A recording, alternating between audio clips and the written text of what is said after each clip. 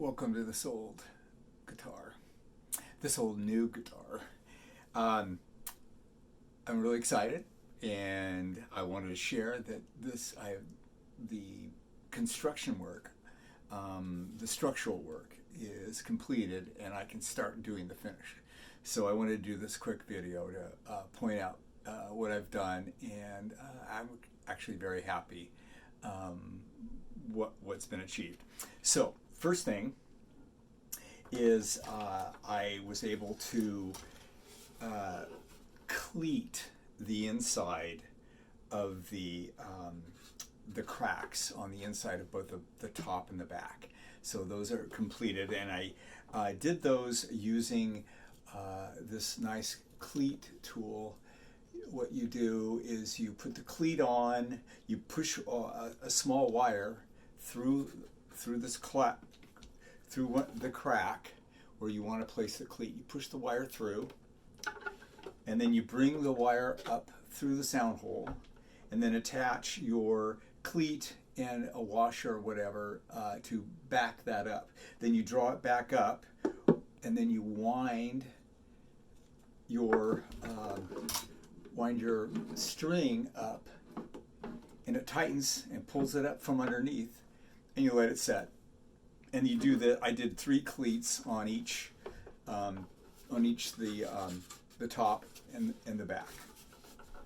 And what I had to use this. Normally I would use magnets from underneath and on top to pull the cleats on, but I wasn't able to do that with this guitar because, well, I didn't want to take the back off the guitar, and I can't get my hand.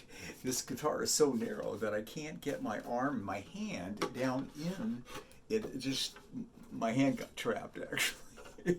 I didn't want to get it trapped again. So it's basically working, making a ship in a bottle, so to speak. And most luthiers do this all the time. You know, you use mirrors and whatever. But I have a new, thanks to Scoutcrafter, he talked about this inexpensive borescope or endoscope, and I have it. This is the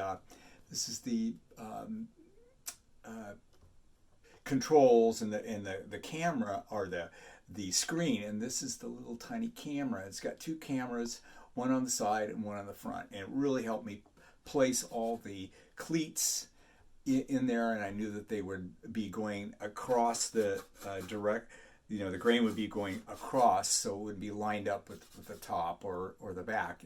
The grain would be going at a diagonal or a 90, so it would be stronger.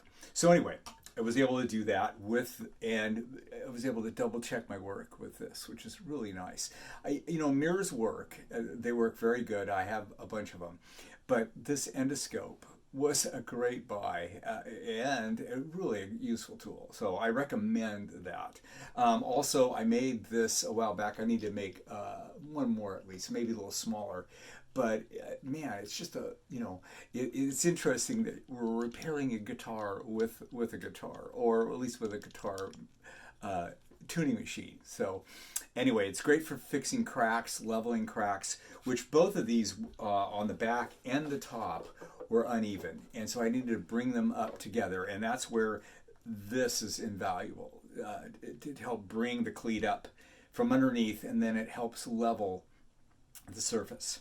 Okay, that I did all those, and then I was able to I made another tool to just carefully cut out the cracks that were in here. We cleaned them, but now we had to cut and make like a small V groove in this crack so you could put a spline in. And this was this spline is Sitka spruce, which kind of matches the spruce on this top. And the back is maple. I decided to put maple in this one, and it filled it up pretty good. So now I'm going to be able to start sanding and making these disappear as much as possible. But now I can start removing the finish. And an interesting thing I found looking closely at this finish, I found 3 hairs, long hairs, from the brushes that they used to put this finish on. And obviously, good sign that they didn't care or they weren't very observant about when they put the finish on, and also how they they just hung it up and let it the finish sag, because you can see that all over. So anyway, I'm excited. The next video I'm going to be showing you know, the progress on the sanding and die matching these splines. So anyway, one other thing I didn't really talk about, but the back was uneven here. The side and the back were uneven on this one edge right here. And I was able to clamp them back and use hot hide glue to clamp both this way and down to draw this edge back to where it's pretty nice. So I'm excited getting that fixed, because that was kind of an eyesore, and that was the last thing that I was going to do. I mean, there's probably endless amount of things, but those were the biggest things. So I also wanted to say that I also installed these splines with hide glue, also hot hide glue. And hot hide glue is a great glue to use. I have many types of glues I use, and hot hide glue is a great Luthor glue. You just need to have everything warm, and you need to work fast, because it will gel pretty quickly. So it's great. It works. It's wonderful, and there are many good aspects about it, especially when you're going to stain and dye. It accepts those things, whereas a alphatic resin or, you know, a Titebond or something like that would not. It actually kind of protects the wood, so it leaves more of a line. So hopefully it's going to come out really good. Anyway, I just thought I'd give you an update, and then on to the refinishing and all the other little work. So anyway, thanks for joining me.